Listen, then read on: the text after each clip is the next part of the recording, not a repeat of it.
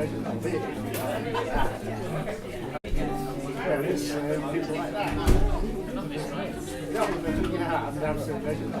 Give me money. So you could be able to hear that. I thought maybe one or two might turn up the last, you know, that's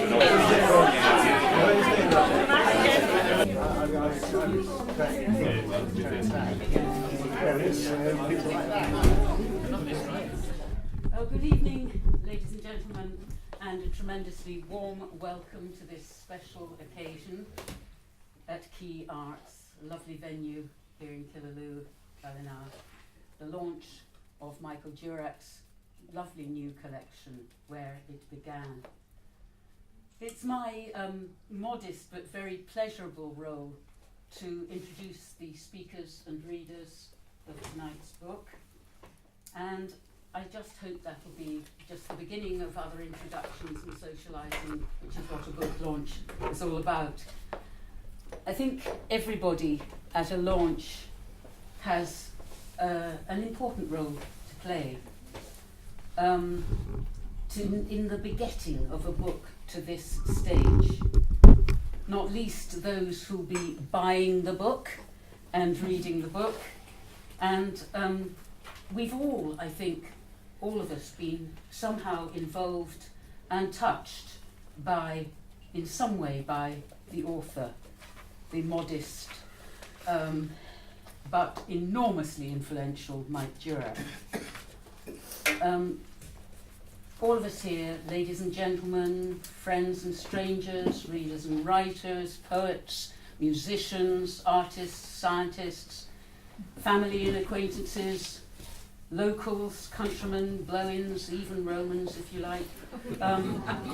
Lend me your ears as I introduce you to the creator of this book. The cliche that he needs no introduction doesn't hold true, because this isn't the case. Well known though he is as a writer and a teacher, he never ever blows his own trumpet, and we're here to do that for him, I think. So every time he appears in public, he has achieved something new. And when we read or hear what he's written, it makes us feel warm, it makes us smile, it makes us nod and say, yes, isn't that just it? He hits the nail on the head every time. Michael was brought up on a farm in Bird Hill near here, but his visions go way beyond those local horizons. His wisdom in his poetry covers all sorts of themes, wide themes: growing up, sport, love, celebration, mourning, and of course, music. He reflects on the past, but everything is coloured by the present. And because of that, there's always, I think, a certain frisson when hearing him read. And it's because of that truth and colour of the here and now. Michael's influence has been enormous, as perhaps we can all testify. His achievements have been many, not least since his retirement of after over 30 years of teaching. His publications have included a chapbook, Nothing to Write Home About, a comic narrative in verse, A Hairy Tale of Claire, and recently a memoir in prose and poetry, Saved to Memory, Lost to View. And with his brother Austin, who's here of course, and I'm sure will provide some music for us this evening, he's collaborated on a number of public occasions and has produced two delightful CDs, The Secret Chord and Going Gone. But the book of this evening is going to be launched by the writer and poet Eleanor Hooker, whom I'll introduce a little bit later on. So Eleanor welcome wholeheartedly to this evening. But what is a book without a publisher? It's something that remains in the head or shoved in a drawer somewhere.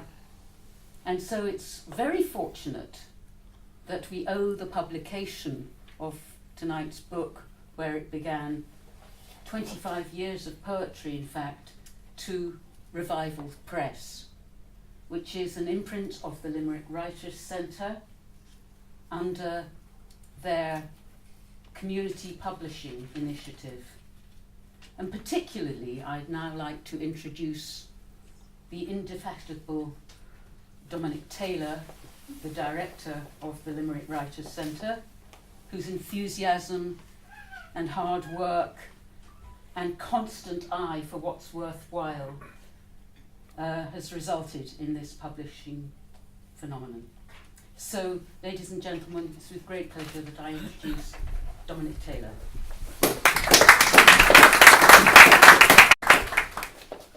Thanks a million, Fiona. And thanks again to all of you for coming here tonight. A good poem shocks us awake one way or another. Through its beauty, its insight, its music, it shakes or seduces the reader out of the common gaze and into a genuine looking. And make no mistake, I consider such a moment of transformation to be a radical event. Jane Hirschfield. Tonight, we celebrate the launch of a new book. The poet, as you know, is Michael Durack. The publisher is Revival Press. And I believe that there is something important going on here tonight. And some, like the poet Jane Hirschfield, would say even radical. Something important and radical on a number of levels. And I think perhaps that we should give some thought to what is happening here. This is a publishing and a creative event. Today, we live in a world dominated by large commercial publishers. And in recent years, large media businesses, people who privately own radio, television, cable, magazines, newspapers, websites, have bought up more and more of the many traditional publishing houses. And we have now reached a stage where a small number of large conglomerates are in control of publishing, and this basically means that they are in control of what a sizable number of the population reads. I believe that we should be aware of small and community publishers like Revival Press and the work they do. We should also question how well they are supported by our Arts Council and our local authority arts offices. Do we want to reach a stage like in the United States where the top 20 publishers control 90% of book sales? And as I heard poet Kieran Driscoll say recently on a radio programme, these publishers are not run by literary editors, but by marketing people. And basically, for them to publish an unknown author, the book will have to conform to what they believe the market wants. It is obvious that this situation will fundamentally change what kind of books there are available to us. Small publishing houses are run by people who have a passion or belief. They publish important books that otherwise may not be published at all. And certainly they publish books not because of the profits they generate.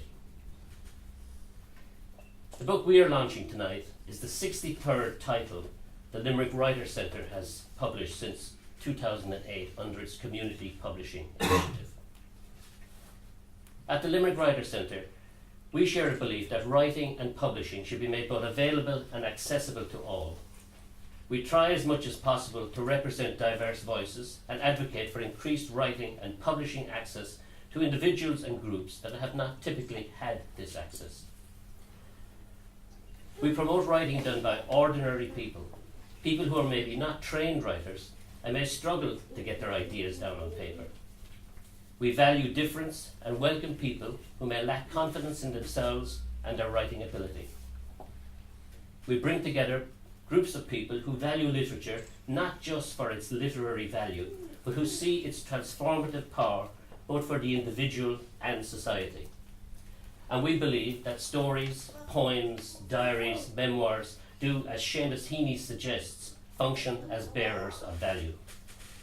We are also importantly dedicated to printing short-run, high-quality produced titles that are accessible to all. We actively encourage writers, from the serious career-minded to people who write for pleasure, healing, personal growth, insight, or just to inform. And over the years we have produced a broad range of writing, including poetry, history, memoir, and general prose. I said earlier that tonight's event, the publishing of a new book of poems from Michael Durack by Revival Press, is an important and a significant event. The Limerick Writers Centre model of publishing is based on a three-form structure: democracy of opportunity for writers, a community, participatory and cooperative culture, and a conscious social ethic. We are launching a book here tonight by a writer and poet who embodies these three principles. In an increasingly fragmented world, it is important that the voice of poets, like Michael's, are heard in order for us to interpret and find a deeper meaning in our lives.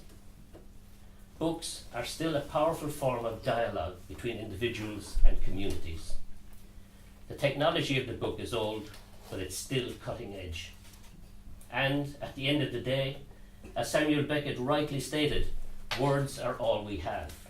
We each have something to say that describes ways of living in the world, and as such are an indispensable part of the tapestry that goes to make up our lives.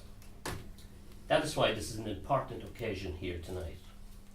And I am proud that Revival Press has played its part in bringing to public notice the work of poets like Michael Durack. The great Chilean Nobel Prize-winning poet Pablo Neruda said a number of years ago that poetry is like bread, should be shared by all, by the vast, incredible, extraordinary family of humanity. Neruda grabbed poetry from the rich and powerful and gave it back like bread to the people. It is my hope that the Limerick Writers Centre, through Revival Press, along with other small independent publishers, will continue to share the work of poets like Michael Durack with that vast, incredible, extraordinary family of humanity. Thank you.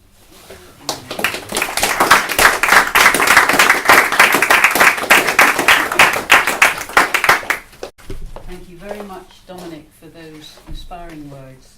So true. And now it's with great pleasure that we come to the nub of this evening, and I'd like to introduce to you the writer and poet Eleanor Hooker to launch this book. Some of you will have had the pleasure of hearing Eleanor read her work. She has a number of collections of poetry to her name, including A Tug of Blue in 2013, and The Shadow Owner's Companion, which was her first collection. She's been shortlisted for a number of awards, not least the Strong Shine Award for the best first collection of Irish poetry. She has a number of breathtaking achievements to her name. She has an MPhil in creative writing from Trinity Dublin, an MA in cultural history from the University of Northumbria, and a BA from the Open University. She's internationally published and internationally acclaimed, not least from her invited readings in a very wide number of venues. And she's been translated into a number of other languages too. In 2016, Eleanor won the UK Bear Fiction Flash Fiction competition, and she is currently a judge for the RNLI Flash Fiction competition. She's a saver of lives. She is the helm and press officer for the Loch Derg RNLI lifeboat, and so who better then to launch the collection of Michael Durack's collection by herself. And ladies and gentlemen, without further ado, let me hand over to Eleanor Hooker. Thank you, Eleanor.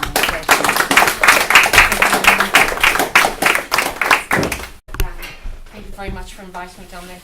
And before I start, I think Revival Press is an extraordinary press that punches way above its weight. I don't know how many Irish publishers have had a best collection in the forward for the Forward Prize, and you guys did it last year. So, but it's a great honour, and I'm going to talk about. I really enjoyed reading your book, and I'm going to talk about the poems and my impression of it. I got some advice, and they said because my nickname is Gabby, they said don't talk too long. Remember, just stop talking. So I won't talk forever. In his first poem, Gardens, Michael writes, quote, "I wrestle with phrases, sentences, words, striving for rhythm, nurturing images, weeding out cliches, platitudes, banalities, typewriting orderly rows of verse." And that's a project all of us writers undertake. Heaney said, "I rhyme to see myself, to set the darkness echoing." Michael manages that. These beautiful poems reach into his own history, and by reflection into our histories too. And he does, he sets the darkness echoing. Through many of the references within the poems, which are learned and erudite, they're never inaccessible. You don't have to know the myth of Leda. You don't have to have read Hamlet. You know exactly what's going on, and I think that's a real testament. There's an awful lot of posturing in poetry where people are showing how clever they are, and that doesn't work. Everybody has this kind of BS detector on their shoulder, and they know that these poems are beautiful and utterly accessible. Within the poems, the themes, there's the heart sore of saying goodbye to children, to friends, to one's own youth, and to times that can only be glimpsed through the refractory lens of words and fallible memory. It's not all seriousness though, there are playful poems in here, there's a lot of music. I laughed out loud at an Eifer that rhymes with Michelle Pfeiffer, because I just, and the Litany of the Sinners, and those poems really made me laugh, and I love that. I love that it isn't, you're not in the hallowed ground of poetry, that you can laugh, it's loud.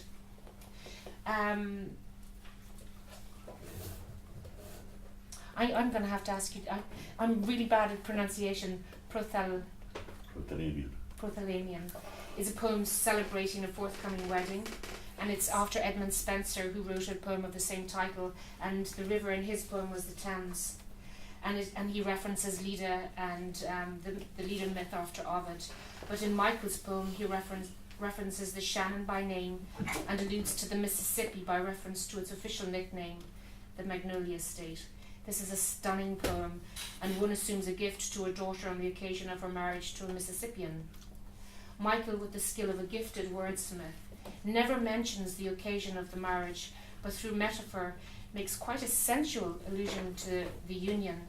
Quote, "Beneath white horses of boundless ocean, currents course, eddy and mingle waters of clear and cool Tipperary, caressing the tide of warm Mississippi, ferried by Gulf Stream and Atlantic drift."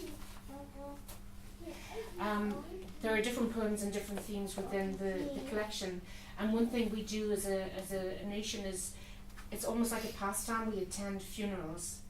And I wondered, there was a sort of an anger I felt in Michael's poem Gravediggers, and I was curious about that. But after many rereadings, I think the anger is the anger that accompanies grief. Here, with reference to Hamlet, Michael elevates to heroic significance the burial of his friend with the line, "Alas, poor Porrick."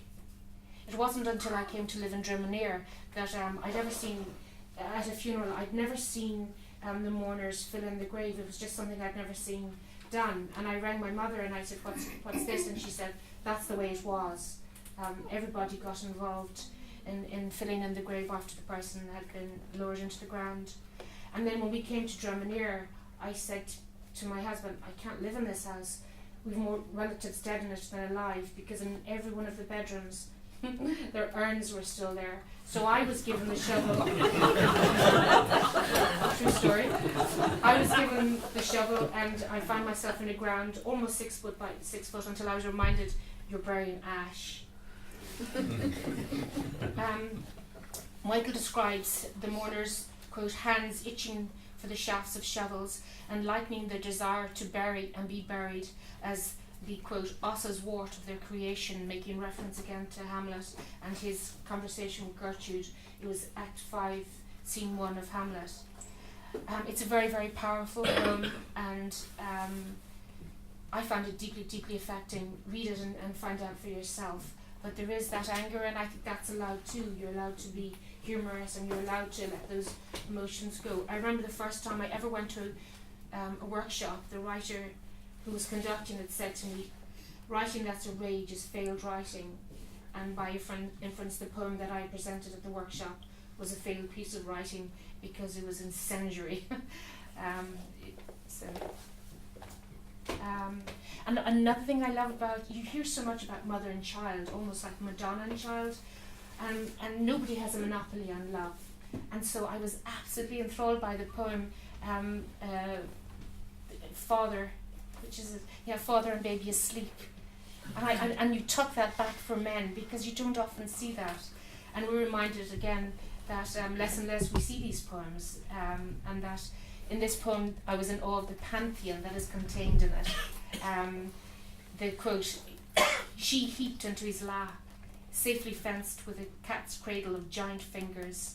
He zooms in and you see that, and then zooms out again. Wisps of her hair brushing the Pacific coast between Brisbane and Rockhampton, her snug nose comfortably adrift off Cape Everard.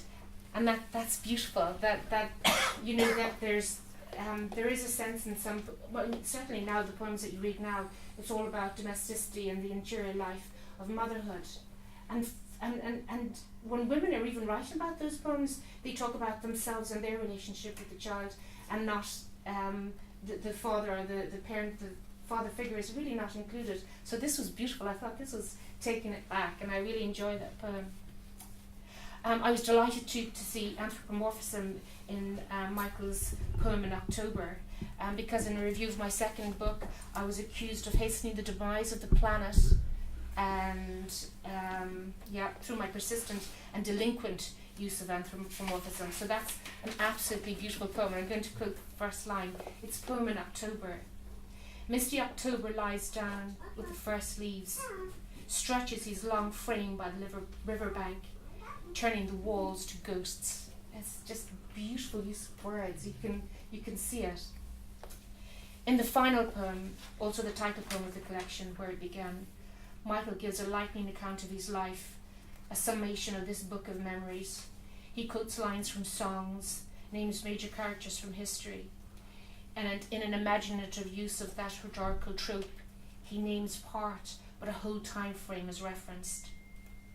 The lines of what sums it up for me for the whole collection of this is this line: "And where do I begin to tell the story of how great a love can be?" Seamus Heaney said, "If self is a location, so is love. Bearings taken, markings, cardinal points, options, obstinacies, dug heels and distance. Here and there, and now and then, a stance. Where It Began is Michael Durack's Stance." It's a beautiful collection. Congratulations.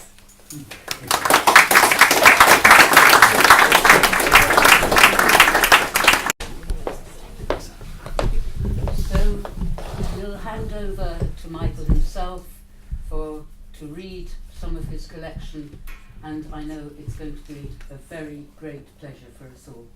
Michael, over to you.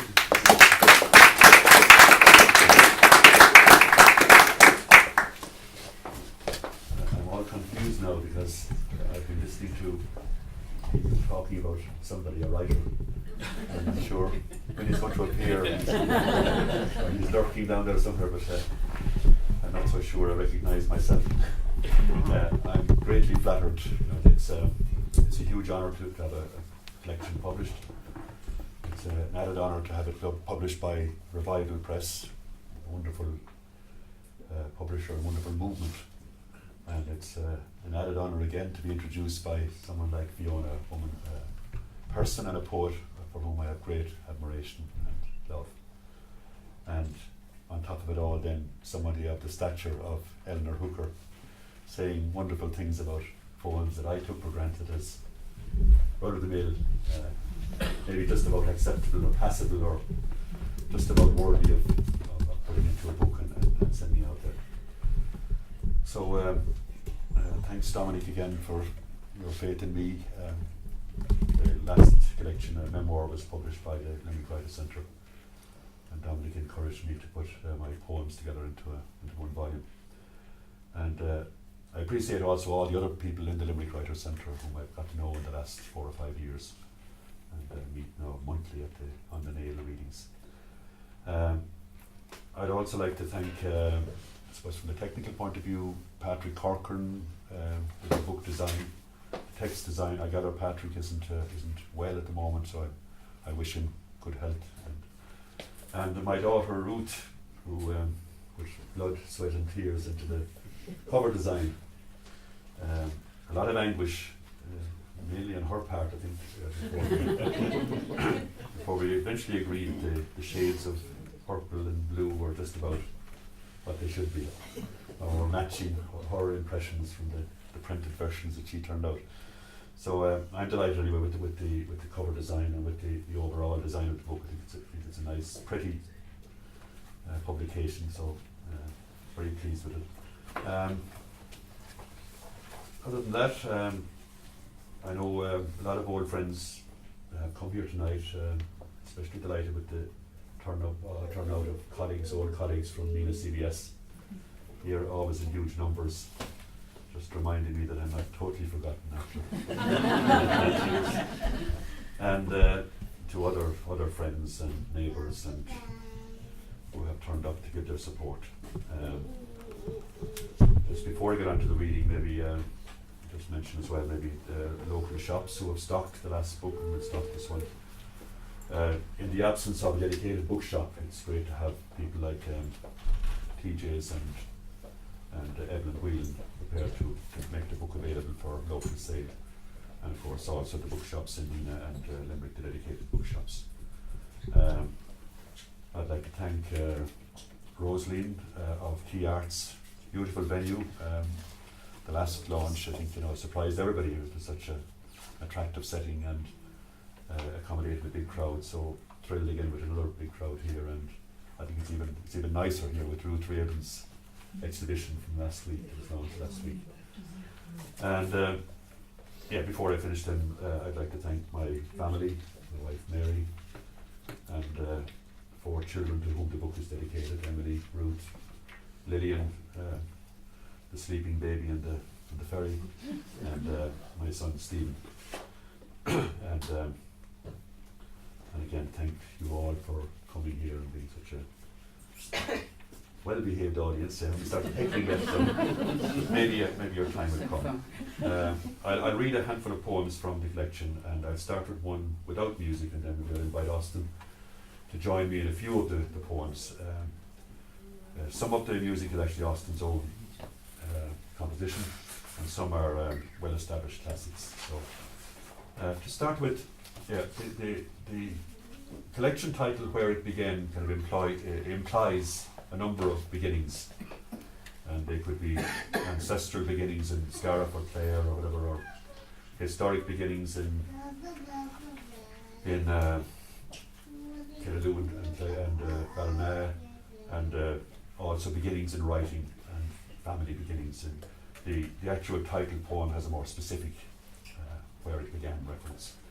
But the first one I'd like to read is dedicated to one of my oldest friends from Burthill. We were altar boys together and schoolmates in primary school, and we chased girls and White Anglias throughout ballrooms in our late teens, and came to grief I think once or twice. But so about 9 years ago, under pressure from my wife, I started to write a poem for a significant birthday for Mary Gleason. And for once in my life I got stuck. I couldn't finish it. I'd written maybe 10 or 15 lines. I just couldn't go any further. So I left it. And last year, about 9 years later, I started on a poem, a different poem. And this time it's actually a longer one and a bigger one. And I finished it So his next significant birthday has just passed a few days ago. The poem didn't take 9 years, but the idea. And the poem is called Our Lady of the Wayside for Barry Gleason. In Our Lady of the Wayside, we donned surplices and black soutans, and amid the candles, water and wine, learned the altar server's trade, mumbling the Confiteor and a Deum qui latificat juventutem meum, while from the altar, Father Mull lectured his dear people, ranged supine in the chapel on the obscenities of rock and roll. First Fridays, requiems, at Yuletide and Eastertide, through plain chant and dulcet hymn, we knelt, demure and sanctified, like shepherds come to Bethlehem, in Our Lady of the Wayside. At Burthill National School we gathered from village, cottage and farmyard, out of Anaholty and Ballyard, to sit at desks engaged or bothered by inkwells, outback latrines, bowl corners, plasticine. In the master's room, Mikey Maher taught the Aimshire Lorach, and the song Begéna Comorach, to kids unpraised, unflattered by his uncompromising ferule. Labelled pups of blazes, qualified only to ruin his fine school, more often offside than onside, destined for the fate of the fool, to fall by the wayside. A white Ford Anglia, the very thing, to take us to Echlin or Drumkeen, to chat up Marys and Josephines, and score maybe a one-night fling, after the noise and fetid swelter in the dance hall's helter-skelter. And once we finessed the sea point out west on a whim, call it idiotic, or a brave leap towards the exotic, all dickied out in our Sunday best. Cruising home in the wee small hours, tired, preoccupied, the white machine shot cannonball off track, undignified, into a Kilcolgan dry stone wall, miles from Our Lady of the Wayside. But we survived, being survivors, progressed to gainful employments and post-adolescent enjoyments, exchanging youth's restless fevers for gravitas, acquired wives and children who'd reshape our lives. In the course of our growing up, we came to resemble the philosopher who, having travelled far, must wait for his soul to catch up. So, balanced between God and mammon, in the slipstream of impatient time and tide, we hung our hats by lordly Shannon and counted ourselves satisfied to substitute St. Lua and St. Flannan for Our Lady of the Wayside. Our Aimshire Lorachs, Aimshire Cotcha now, our surpluses, surplus to requirements, our schoolmates in retirement, grandchildren installed in what you might call top-of-the-range, state-of-the-art schools, all changed from chalk sticks to data projectors, from alphabetics to phonetics, tag and chase replaced by gymnastics, X-dunces deemed X-factor. Meanwhile, in the deep wells where our long memories reside, we savour chancel ensign smells and heavenly airs, our hearing applied to choir song and steeple bells ringing from Our Lady of the Wayside.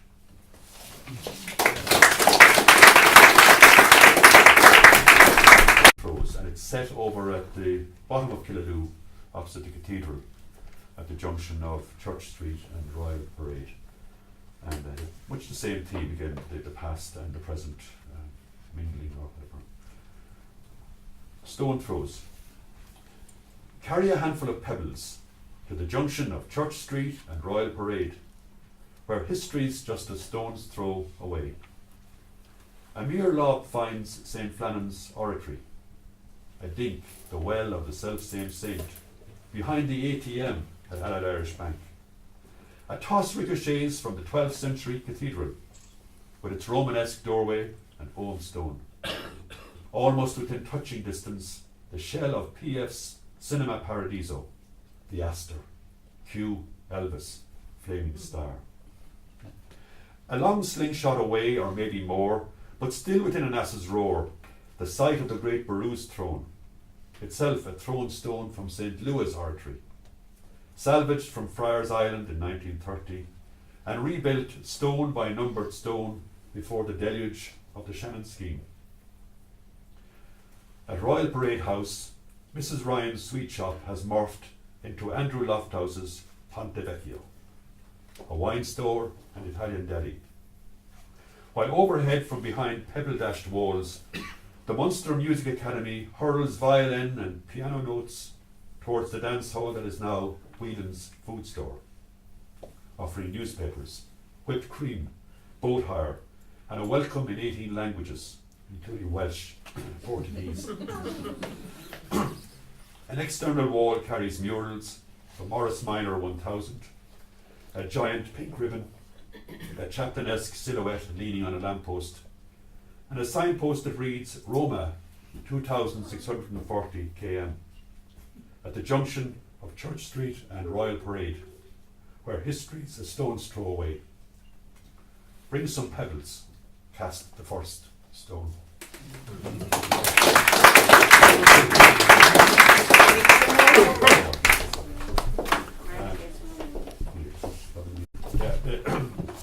There's a section of the book dedicated to music. It's called And the Beat Goes On. And thanks, Mary.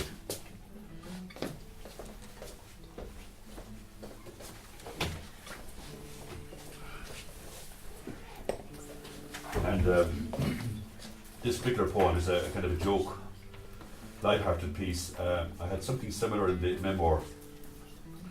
And the MC last time, Donald Thurlow, was greatly taken by it. It was a list of, basically it's a list of hits from the 60s. I think 1967 was that previous one, but this one refers to a specific time, the spring of 1968.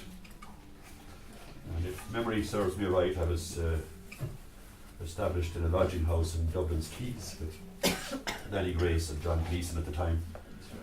And these wonderful pieces were in the charts. So, and you'll recognise the familiar melody from Austin here as well. So it's called Love and the New Musical Express, Spring of '68.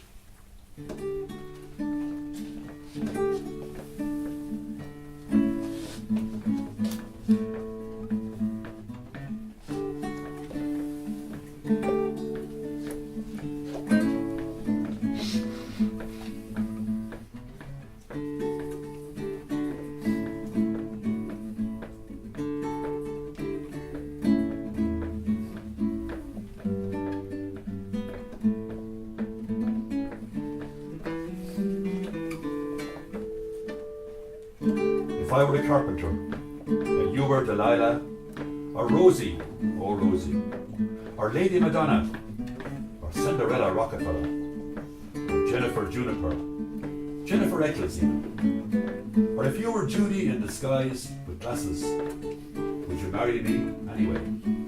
Or would you walk away, Renee, throw me over for the mighty Quinn, leaving me sitting on the dock of the bay? Am I that easy to forget?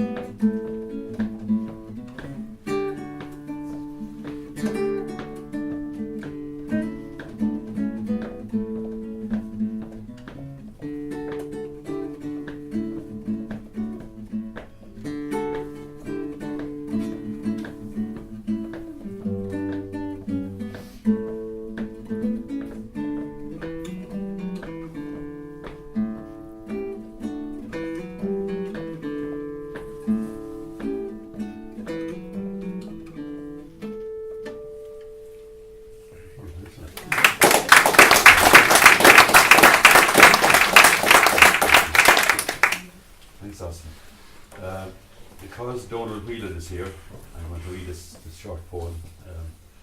There was a time, I think I mentioned this before, it might have been in the 80s or was it in the 70s, when camping was all the go. young people in their 20s used to go off and hire tents and ground sheets and cooking equipment and stuff, and go off into a field with a cold water tap or something, and pretend to be enjoying themselves. So I think that was before the more sophisticated campsites, continental type campsites. So I had this one in mind. Donal, I think for a time among his many enterprises, he rented out camping equipment. I think Danny and Mary might have availed of the service a few times as well. So I had one memory. I think it wasn't with Donal. I think in 1975, was it with my brother and the other younger brother and his wife, we endured a week in Dingle or somewhere in Dingle under one tent. But this one is a warning against the possible side effects of camping or hiring camping gear. It's called Winter Quarters. Nobody told us it would be like this. Least of all the rent-a-tent man with his 10% reduction and the gas lamp thrown in for free. Nobody envisaged the slanting rain, the gale 8 tugging the guy rope, the canvas flapping for lift-off, the cold, the quaking earth. Now is the winter of our discount tent.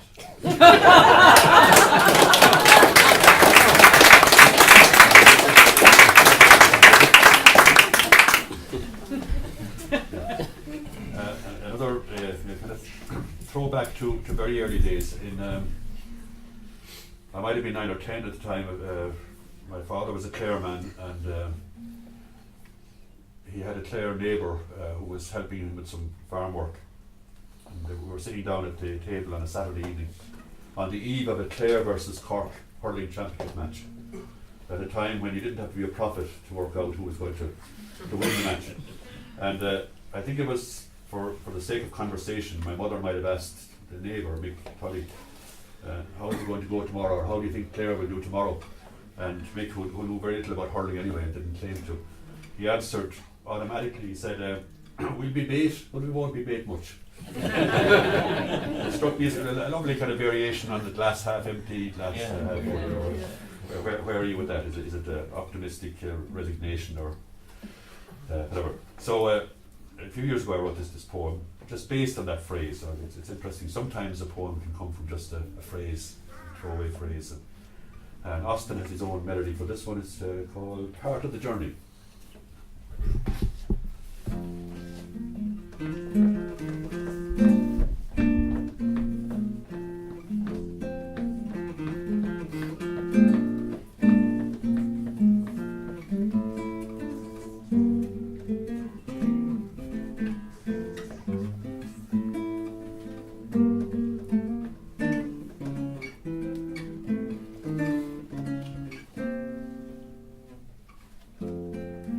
Glass 2/3 empty, or cup half full. Never say never, or clutcher at straws.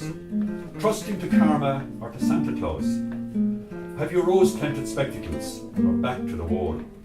Are you keep smiling through, or dancer on air? Blind-eyeing the elephant in the room. A counter of chickens, or a prophet of doom. A wringer of hands from the slough of despair.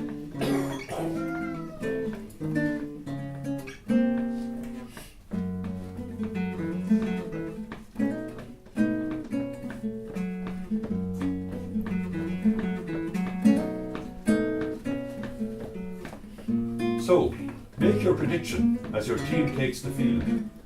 Look on the bright side, or give up the ghost. Wave out your banner, or send for a crutch. Or sit poker-faced until all is revealed. Like the realist pessimist, shrewder than most, who divined we'll be bait, but we won't be bait much.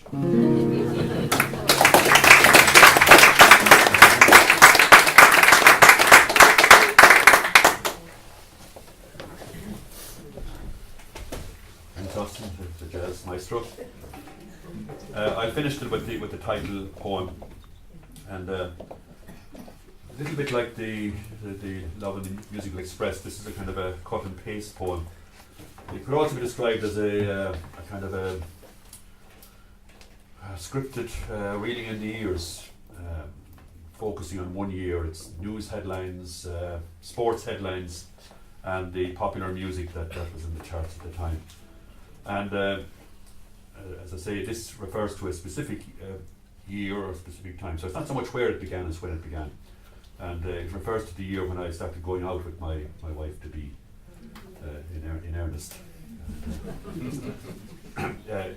If you listen carefully, you might be able to guess the year before I repeat it in the last few lines. Where it began. Where it began, I can't begin to knowing. Blue envelope, Northampton postmark. Internment, the Pentagon Papers, Nixon and Brezhnev, Lynch and Heath. Hands touching hands, reaching out. Me and you and a dog named Boo. Morrison dead, the Manson trial. Was in the spring, and spring became the summer. Lee Trevino, Yvonne Goolagong, Arsenal, the double. Charlie George spread-eagled on the Wembley turf. Where do I begin to tell the story of how great a love can be? A footpath in Ballina, a bar in Nina. Knock 3 times on the ceiling if you want me. Ryan's daughter, the French connection. If not for you, I'd be sad and blue. Decimal currency, Greenpeace. Who'd have believed you'd come along? Valley Hotel, a grey Ford Anglia. What are you doing Sunday, baby? Would you like to marry me? Where it began, 1971. Good times never seemed so good. Thank you very much.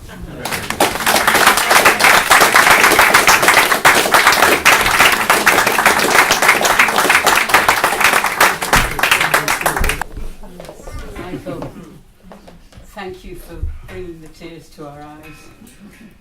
And I know that listening to this is not the end of it, because his poetry is going to echo in us for a very long time. So let's listen to that echo and give a great round of applause to this.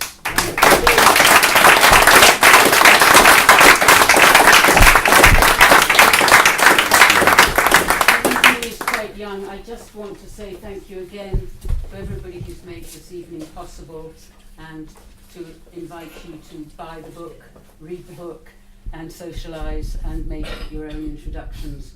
Thank you for... Going across the way afterwards, Fiona, everybody's welcome. Thank you. It's all about socialisation. There may be dark poetry, but there's always a silver lining. And thank you all for coming. Thank you to Rosaline and the Quay Arts for this lovely venue. Thank you very much, Eleanor, for your lovely launch. To Dominic and Revival Press for publishing this important collection, and to everybody for coming and making this such a special occasion. There are 2 announcements, as there usually are, for new events. On Monday the 2nd, that's this coming Monday, there's to be a commemorative plaque to the novelist, playwright and author Kate O'Brien, which is going to be unveiled by Des Fitzgerald, the president of UL, in Borough House in Mulgrave Street. And that's open to the public, and Dr. Patricia Lynch is going to deliver an address at that event, so that's another event to look forward to. And on Tuesday the 3rd, the next Tuesday coming, the Limerick Writers Centre presents its monthly On the Nail gathering at Chez Le Fab in Arthur's Quay Park. Starts at 8 p.m. and the guests will be Michael Gallagher and Lorraine Carey. But until then, and I hope we see all of you again, let's enjoy the rest of the evening, and our very grateful thanks to everyone who's made this possible. Thanks very much.